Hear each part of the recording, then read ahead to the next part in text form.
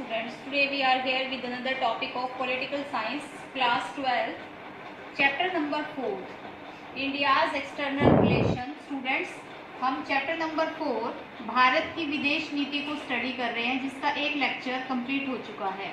भारत की विदेश नीति, मैंने आपको इसका एक इंट्रोडक्शन दे दिया था। प्रीवियस जो हमारी वीडियो थी उसमें मैंने आपको बताया था कि आफ्टर इंडिपेंडेंस जो चैलेंजेस थे वो फेस कर रहा था इंडिया, और मेजर जो चैलेंजेस थे उसमें मैंने आपको बताया थे कि दो तरह के चैलेंजेस थे, जिनमें एक तो डोमेस्टिक जो प्रॉब्लम थी इंडिया की, यानी जो घरेलू प्रॉब्लम थी उनको इंडिया फेस कर रहा था। दूसरा इंटरनेशनल जो प्रॉब्लम थी, एक तरह से अंतर्राष्ट्रीय प्रॉब्लम थी, उनको जो इंडिया है डीपली स्टडी कर रहा था, और एक ज़रूरत महसूस हो रही थी कि एक ऐसी नीति तैयार की जाए, विदेश नीति तैयार की जाए, जिससे कि दूसरे देशों के साथ अच्छे संबंध भी स्थापित हो, साथ के साथ भारत की जो इकोनॉमिक कंडीशन है उस टाइम, यानी कि बहुत ज़्यादा डाउन थी, वो भी एक प्रोग्रेसिव लेवल तक पहुंचाई जा सके। क्योंकि हम जब तक दूसरे देशों के साथ अच्छे संबंध स्थापित नहीं करेंगे, उनके साथ हमारा किसी तरह का व्यापार नहीं होगा, तो हम भारत की इकोनॉमी को भी अच्छे से डेवलप नहीं कर पाते। तो ज़रूरत थी एक अच्छी विदेश नीति की, ये मैं आपको सारा कुछ बता चुकी हूँ। छोटा सा टॉपिक मैंने नॉन अलाइनमेंट पॉलिसी के बारे में भी बता दिया था, गुट निरपेक्षता की नीति, जो भारत की विदेश नीति का बहुत ही इम्पोर्टेंट फीचर है कि भारत ने अपनी विदेश नीति में गुट निरपेक्षता की नीति को फॉलो किया है। जैसा मैंने आपको बता दिया था कि 1945 के बाद जो वर्ल्ड वार हुआ था, 45 में जो सेकेंड वर्ल्ड वार का एंड हुआ था, उस टाइम पे जो वर्ल्ड था वो पूरा दो गुटों में बट गया था। एक तरह से दो ग्रुप बन गए थे पूरे वर्ल्ड में। तो भारत ने किसी भी गुट को मतलब का सहयोग नहीं दिया। एक तरह से दोनों ही खेमे जो थे, जो दोनों ही गुट थे, उनसे अपनी दूरी बना के रखी और एक अलग से नीति बनाई, जिसको भी गुट निरपेक्षता की नीति कहा जाता है। ये मैंने आपको बता दिया था। अब भारत की विदेश, और उसके बाद मैंने आपको बताया था कि जो नीति निर्देशक सिद्धांत है हमारे, उसमें भारत की जो विदेश नीति है उसके क्या क्या ऑब्जेक्टिव्स हैं, जो आपको बताए थे कि उन पर आधारित विदेश नीति है हमारी, और क्या क्या उसकी विशेषताएं हैं, वो आपको 4 पॉइंट थे, वो मैंने कराए थे। नेक्स्ट आपका टॉपिक, आज मैं आपको 3 टॉपिक इसमें करा रही हूँ। भारत की विदेश नीति के 3 टॉपिक हमने लिए हैं। आपकी बुक में से ही स्टूडेंट्स में सारे टॉपिक आपको करा रही हूँ, और मुझे पता है कि आपके पास बुक्स हैं, तो जो क्वेश्चन आपको दिए जाएंगे बाद में वो आपकी बुक में से ही होंगे।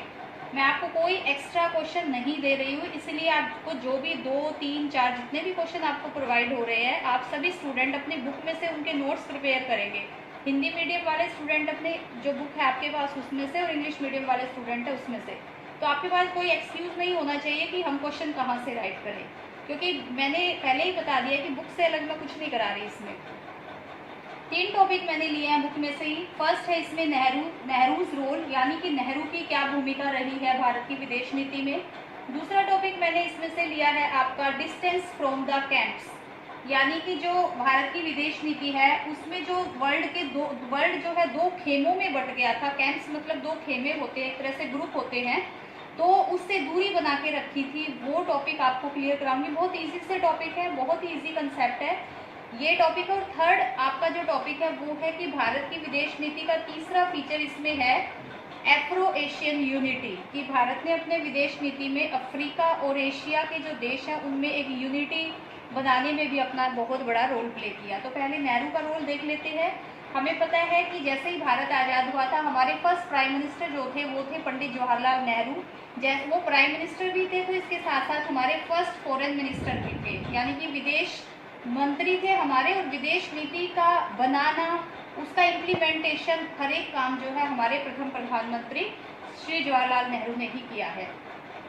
देखो स्टूडेंट, 1947 से 1964 तक प्रधानमंत्री जवाहरलाल नेहरू ने क्या किया, जो पॉलिसी को बनाया और उसके जो एक तरह से इम्प्लीमेंटेशन वर्क था, एक तरह से उसको क्रियान्वयन करना, वो सारा काम इन्हीं के अंडर हुआ है। तो जो भी उसके फीचर्स हैं, जो भी उसके ऑब्जेक्टिव्स हैं, वो कहीं ना कहीं पंडित जवाहरलाल नेहरू के से ही इन्फ्लुएंस है, उन्हीं से प्रभावित है।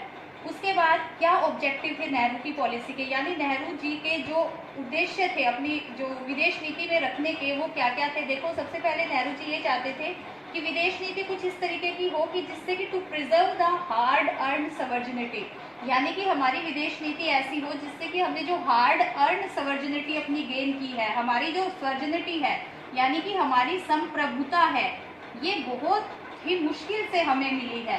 तो इसको हमने संभाल के रखना है, प्रिजर्व करके रखना है। ये एक फीचर है हमारी विदेश नीति का नेहरू जी के अकॉर्डिंग, क्योंकि हमने, आपको पता है कि ब्रिटिश से आज़ादी दिलाने में भारत को एक स्ट्रगल करना पड़ा है, और इसलिए जो आज़ादी हमें मिली है, जो सवर्जिनिटी हमें मिली है, सवर्जिनिटी का मीनिंग मैं आपको बता चुकी हूँ क्या होता है, कि हमारे एक्सटर्नल और इंटरनल अफेयर में किसी का कोई भी मतलब कोई कंट्रीब्यूशन नहीं होगा, कोई व्यक्ति इफेक्ट नहीं करेगा हमारे किसी भी, जो भी हमारे इंटरनल वर्क होंगे या हमारे एक्सटर्नल वर्क होंगे, कोई भी दूसरा देश, तो उसको संभाल के रखना है हमने। ये नहीं है कि कोई दूसरा देश आकर दोबारा से उस पर अटैक कर दे या कुछ ऐसा करे।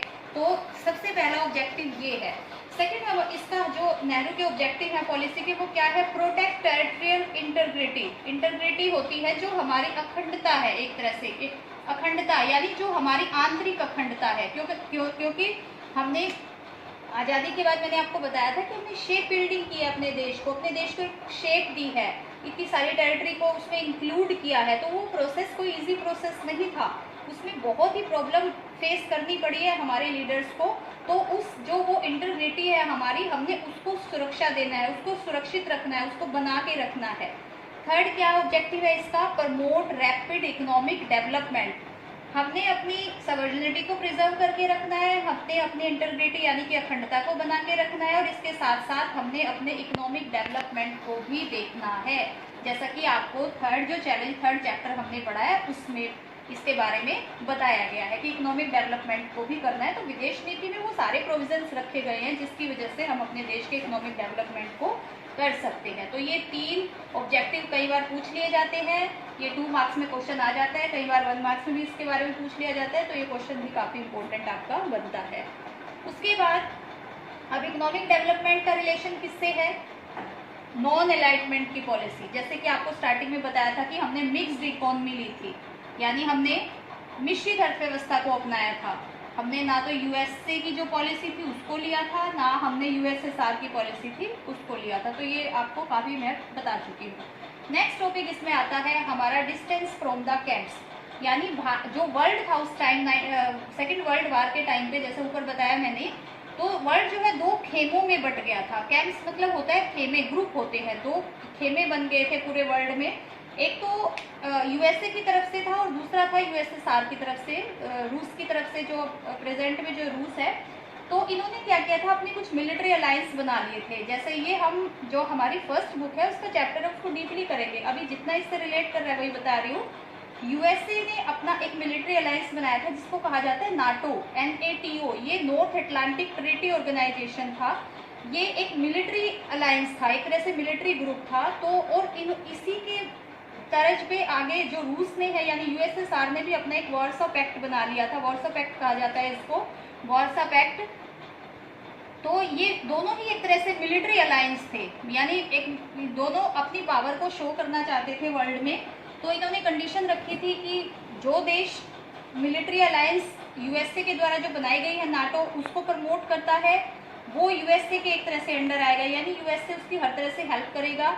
इसी तरह से इन्हीं को फॉलो करते हुए, क्योंकि इन्होंने अपने आप को स्ट्रॉन्ग दिखाना था, इसी तरह रूस ने भी अपने आप को स्ट्रॉन्ग दिखाने के लिए जो वार्सो पैक्ट बनाया था अपना, उस जो इनका भी यही कहना था कि जो देश इसको प्रमोट करता है या इनके साथ इंक्लूड होता है, तो रूस जो है यानी जो यूएसएसआर उस टाइम का था, वो उनकी हेल्प करेगा। तो एक कंपटीशन इन्होंने अराइज कर दिया था पूरे वर्ल्ड में। तो इंडिया ने उस टाइम अपना क्या रोल प्ले किया? इंडिया ने किया कि इंडिया ने एक तरह से उससे डिस्टेंस बना के रखा, दूरी बना के रखी, यानी इन दोनों खेमों से दूरी बना के रखी, और यहीं से वो स्टार्ट हो जाती है आपकी। उन्होंने NAM यानी नॉन अलाइनमेंट जो हमारा मूवमेंट है, यानी गुट निरपेक्षता की नीति वहीं से शुरू हो जाती है। पंडित जवाहरलाल नेहरू ने जब देखा कि ये ना तो हमारा इनके साथ हम ज़्यादा मतलब एक तरह से अपना जो कॉन्टैक्ट है वो रख सकते हैं, ना इनके साथ रख सकते हैं, तो इंडिया ने उस टाइम गुट निरपेक्षता की नीति को फॉलो किया था कि उन्होंने बहुत सारे देशों को भी प्रमोट किया था इसमें, कि बहुत सारे देश उसमें इंक्लूड हो गए थे कि जो गुट निरपेक्षता से जुड़ गए थे उस टाइम।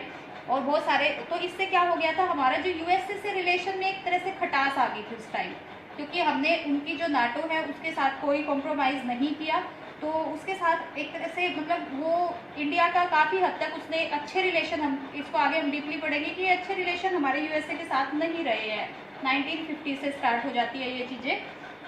तो लेकिन इंडिया ने कोशिश कभी ऐसा नहीं किया कि उसने अमेरिका से अपने रिलेशन खराब करने की कोशिश की है, लेकिन यूएसए, क्योंकि हमने उसको एक कैंप को प्रमोट नहीं किया, तो यूएसए ने कभी इंडिया को इस तरीके से सपोर्ट नहीं किया है। जबकि यूएसए ज़्यादातर जो है वो पाकिस्तान को सपोर्ट करता था, क्योंकि पाकिस्तान ने गुटनिरपेक्षता की नीति को फॉलो नहीं किया था। उसने इनके जो नाटो अलायंस है, मिलिट्री अलायंस है, इसको प्रमोट किया था एक तरह से।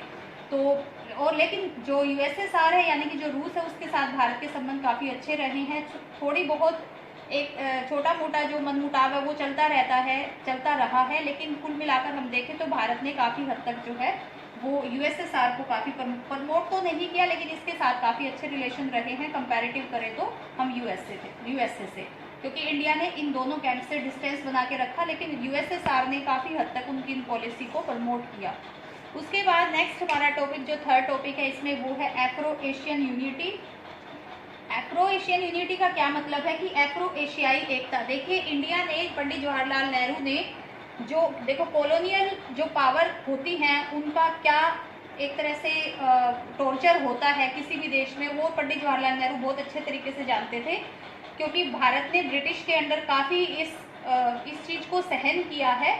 तो इंडिया ने जो एशिया के काफ़ी और जो देश थे, जैसे कि इंडोनेशिया था जो डच पावर के अंडर आता था, जो डचेस थे वो भी एक तरह से वहाँ पे कॉलोनियल रूलर थे, तो उनसे आज़ादी दिलाने में काफ़ी उसको प्रमोट किया है इंडिया ने। इंडोनेशिया की काफ़ी एक तरह से हेल्प की है, और 1949 में डच से जब इंडोनेशिया आज़ाद हुआ तो इंडिया ने काफ़ी उसको प्रमोट किया है उस टाइम। तो क्योंकि इससे भी इंडिया ने एक तरह से इस यूनिटी को बना के रखा है। इसी तरह से जो अफ्रीका में, साउथ अफ्रीका में जो अपार्टहेड सिस्टम था, अपार्टहेड सिस्टम यानी जो रंग भेद की नीति थी, उसके अगेंस्ट भी काफ़ी स्ट्रगल किया है इंडिया ने, हेल्प की है एक तरह से उनकी।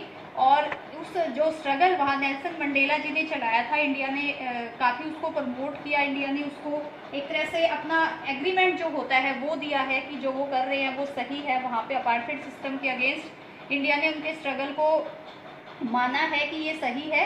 तो ये भी भारत की विदेश नीति के काफ़ी अच्छे ऑब्जेक्टिव्स माने जाते हैं।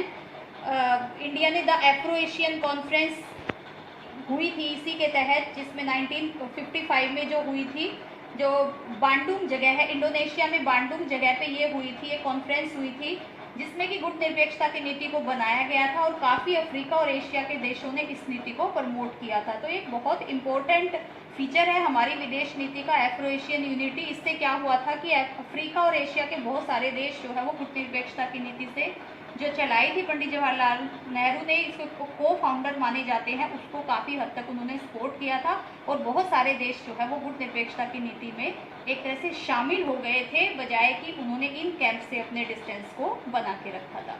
तो स्टूडेंट ये आपका आज टॉपिक है, इजी ही टॉपिक था, आपके 3 पॉइंट मैंने क्लियर करा दिए हैं, और इन्हीं तीनों पॉइंट्स में जो क्वेश्चन 2 या 3 क्वेश्चन जो बन रहे हैं वो मैं आपको दे रही हूँ, और इस असाइनमेंट को आप अपनी नोटबुक में राइट करेंगे, अपनी जो बुक में से ही सारे पॉइंट आपकी बुक में से निकल रहे हैं वहीं से आप पॉइंट को बनाएंगे, और अपने क्वेश्चन को 6 मार्क्स के अकॉर्डिंग क्वेश्चन को जो है राइट करेंगे, और जो कुछ छोटे क्वेश्चन बन रहे हैं 2 मार्क्स के, आप उनको भी अपनी बुक में से ही पॉइंट आउट करेंगे उनमें, कि जो 1 मार्क्स के या जो भी 2 मार्क्स के क्वेश्चन है वो जो मेन पॉइंट मैंने आपको वो बता दिए हैं।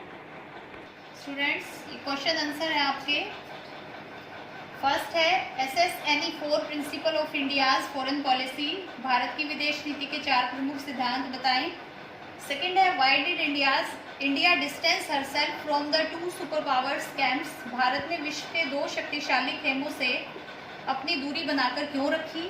Third write the main features of non alignment of policy, गुटनिरपेक्षता की नीति की प्रमुख विशेषताएं बताएं।